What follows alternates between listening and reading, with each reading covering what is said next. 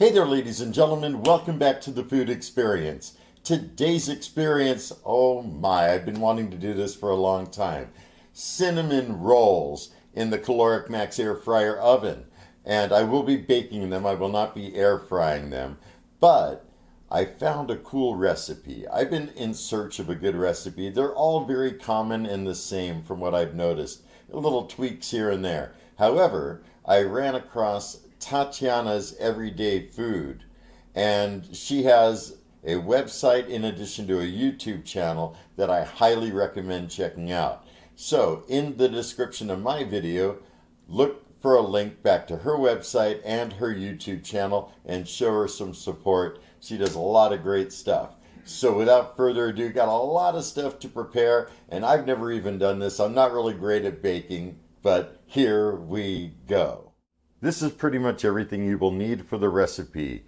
Butter, cream cheese, eggs, powdered or confectioner sugar, salt, bread flour, dry yeast. I have Rapid Rise, instant dry yeast, cinnamon, dark brown sugar I'm using, vanilla extract, white sugar, heavy whipping cream, and either half and half or milk. I have milk. What I am missing from her recipe is nutmeg. I just don't have any on hand. The first thing you need to do is make sure some ingredients are up to room temperature. I have them in this glass dish, and I got a wild idea because it normally takes a good hour, hour and a half for it to come to room temperature. How do we speed it up a little bit? I'm using the Kalorik Maxx air fryer oven and grill. You could use any air fryer oven or any regular oven so long as it's able to go down to 100 degrees. I have the butter, cream cheese, and eggs, and putting it on the proofing level, starting it up, go to oven, go to proof, 100 degrees, start her up. And this is the first time I thought of doing this. So many times I've actually waited, but I had a wild idea. I'm like, wait, you could proof dough in this oven. Why can't you get ingredients to room temperature quicker without actually cooking them? So I'm thinking this will work. I'll check it after 20 minutes. The items have been in there about 21 minutes now.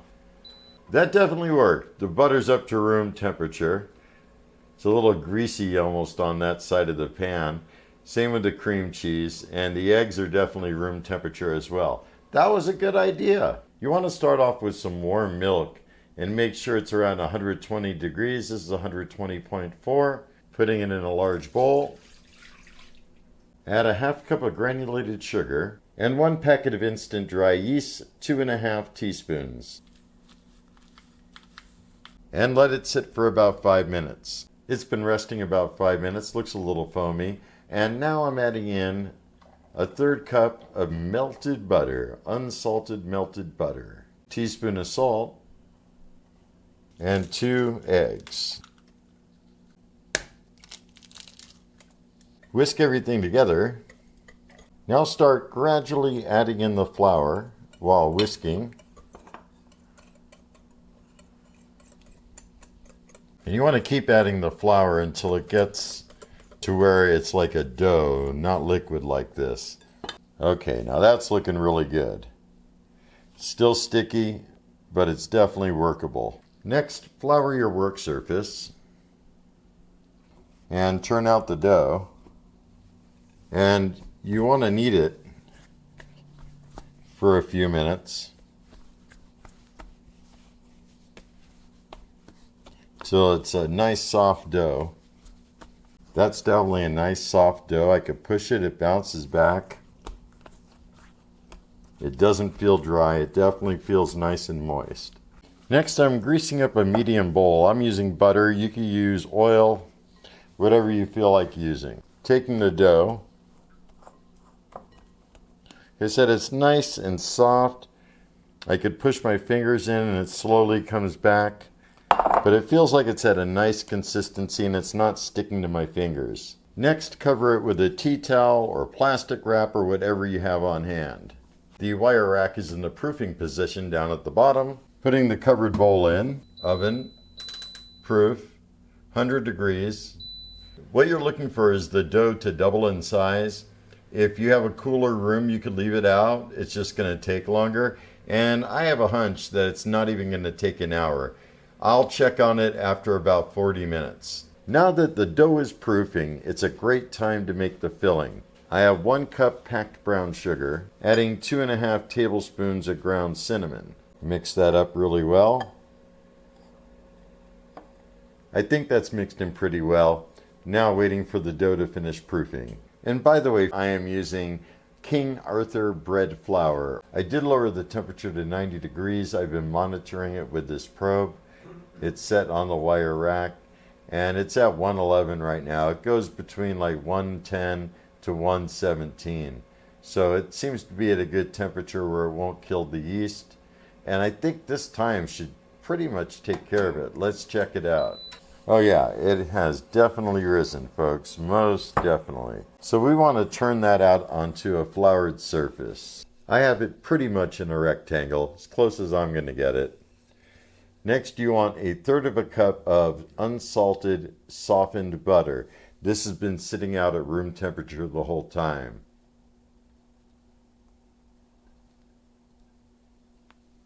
And you could just spread it out. Get that butter well distributed.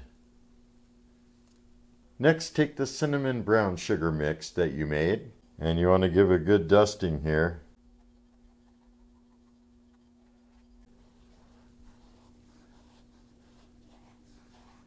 Make sure to go all the way to the edges. And if you feel you need a little bit more, don't be shy, put on a little bit more.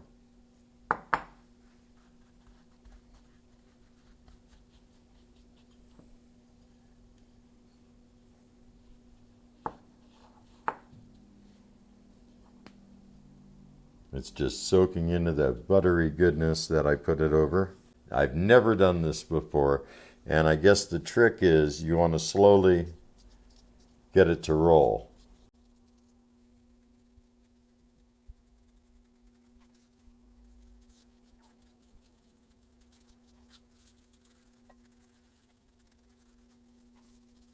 And I want very thick, tall cinnamon rolls. So I know some people cut 1 inch, some 1.5 inch.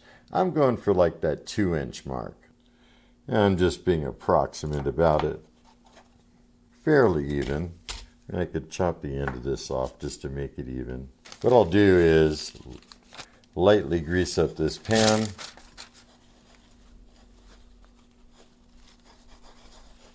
Rub the excess out. There we go. Put a dab of parchment paper right there.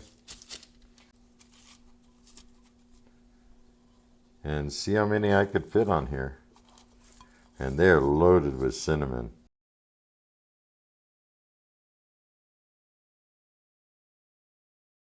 Now I know usually you cut them smaller so they're not as tall, but I had this in mind since I have a smaller baking tray, I should make them taller. Next, go ahead and cover them with a tea towel or kitchen towel or whatever. Back into the Max they go. Oven, proof, and I'll go 40 minutes and turning it down to 80. They've been in there about 25 minutes. I'm removing them. While they continue resting, it's a good time to preheat the Max. Oven mode, leave it on bake. Setting the time a bit higher than I need. Temperature, I'm going with 3¼ and that's only because I'm using a glass Pyrex dish. Now I'm inserting them into the Max. And I'm not pushing them all the way back to the rear. I'm leaving them more up at the front. I'm adjusting the time to 10 minutes. And after 10 minutes, we will remove, and there's one more step. Okay, the first 10 minutes is complete. Definitely have puffed up quite a bit. The ones in the back, or at least this one, is kind of wanting to go over the edge. But like I said, I cut these super thick, much thicker than the recipe calls for. At this point, the recipe calls for some heavy cream. I also have some leftover cinnamon sugar, and I don't want to really make it all go to waste, and I don't want to completely cover these, but I'm going to give a little dusting, you know, a little extra. I don't think it would hurt. One of these I have special plans for. I'll go with this one. It's kind of smaller. I have some Knuckle Noggin salted caramel whiskey. Just going to drizzle it on one of these. And it really has a, whoops, a good salted caramel flavor. You want to go with the heavy cream, like a couple tablespoons each one.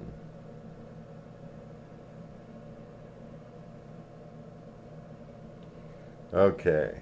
Next, pop them back into the Maxx. And let it continue for at least 25 minutes. I'm going to check them right after that point. I made the icing, however, I thought I was filming and I wasn't. But it's definitely nice. Got a great consistency. It's thick, but not overly thick. Really digging that. And also, since they've risen so high, I am lowering the rack. Last thing I want is for them to come in touch with the heating elements, you know? And away they go. 12 more minutes. So they need to go for a few more. I want to tint them with foil so the tops don't really get any more done than they are already. Reinserting them into the lowest rack position and letting them continue. There we go. Time's up. Boy, they smell so good. Oh boy, those look good, don't they? I think they still need a few more minutes. Back in they go. 3 1/4.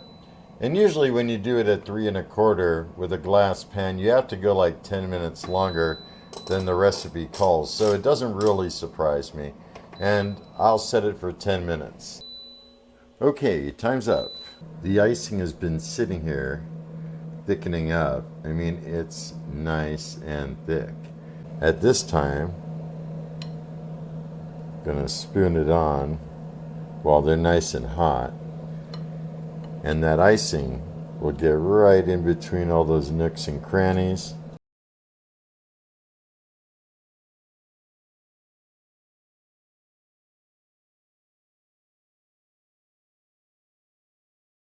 So there we go. They're looking pretty good. I'm letting them cool down for a bit, and then I'll sample one of them with you guys. Welcome back, ladies and gentlemen. Here I am with a cinnamon roll. I have a cup of Josephine. You're like, cup of Josephine, what's that? Well, it's morning time, and I start off my morning with caffeinated hot chocolate. So instead of coffee, coffee's a cup of Joe, hot chocolate, cup of Josephine with caffeine. There you go. That's my logic, at least. Anyhow, I tried this when it was gooey hot out of the oven last night, and it was really good. But I left it in the refrigerator overnight to let the icing kind of harden up a little bit. And wow, it is so super soft. I could just tell. Oh, goodness.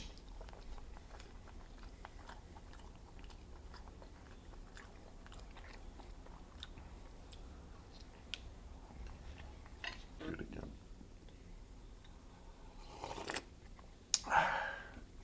Definitely pairs very well with a cup of Josephine. Or even a cup of Joe, I'm sure. If you do decide to get these the next morning, it's probably best that you warm them up, but I just wanted to see how it would be with the icing solidified. And it's still nice and soft. I'm surprised. Like usually you put something in the refrigerator like this, then it kind of stiffens up. It's nice and soft, almost a little bit creamy. Loads of cinnamon sugar goodness. The icing is totally on point. As I mentioned at the start of the video, I didn't have any nutmeg on hand, so if you try the recipe, you may want to include that. Either case, I will provide a link in the description back to Tatyana's website and YouTube channel so you could check out the way she did it. I had to use a smaller pan for the Kalorik Maxx. Normally, the recipe calls for the cinnamon rolls to be cut in about 1 to 1.5 inch lengths in between each one. And I knew if I did that, they wouldn't all fit in the pan that I had. With a 9 by 9 inch Pyrex baking dish, I didn't have to cook them in stages or waste any of them or anything like that. I think that was a perfect choice, and they're nice, tall, big cinnamon rolls. So delicious. I mean, I've had Cinnabons before, and these truly stack up. I will definitely say they do. Maybe even better. Another thing I want to note, in the video, you saw me douse one of them with some Knuckle Noggin salted caramel whiskey. Great idea. That was the one I tried last night, and I could definitely taste the salted caramel presence to the cinnamon rolls. That's not a bad idea, folks. If you have anything like that, definitely give it a try. The alcohol burns off because obviously it's at 350 degrees, or in my case, 325 degrees. There is no more alcohol after you bake something like this, but the flavor, wowza, totally recommend. Also, the regular recipe calls for the rolls to be baked at 350 degrees, but I know from different baking experiences when you use a Pyrex baking dish, you want to lessen it by 25 degrees, which is why I did that. So all in all, this is totally a success. I definitely would make them again. Even though there are a lot of steps and it is a bit time consuming, it's pretty easy to do something like this, all right? Skill level is definitely like 1 or a 2 or something like that. I'm not a great baker, and they came out wonderful. So if you guys have any comments, questions, or concerns, drop me a line below. I love hearing from you. And if you're not subscribed to The Food Experience, go ahead and click that subscribe button. What do you got to lose? I got all kinds of good things coming up. And until next time, have a stellar day. Be excellent. And most of all, remember me. I'm KJ Andy O, your Food Experience host with the most.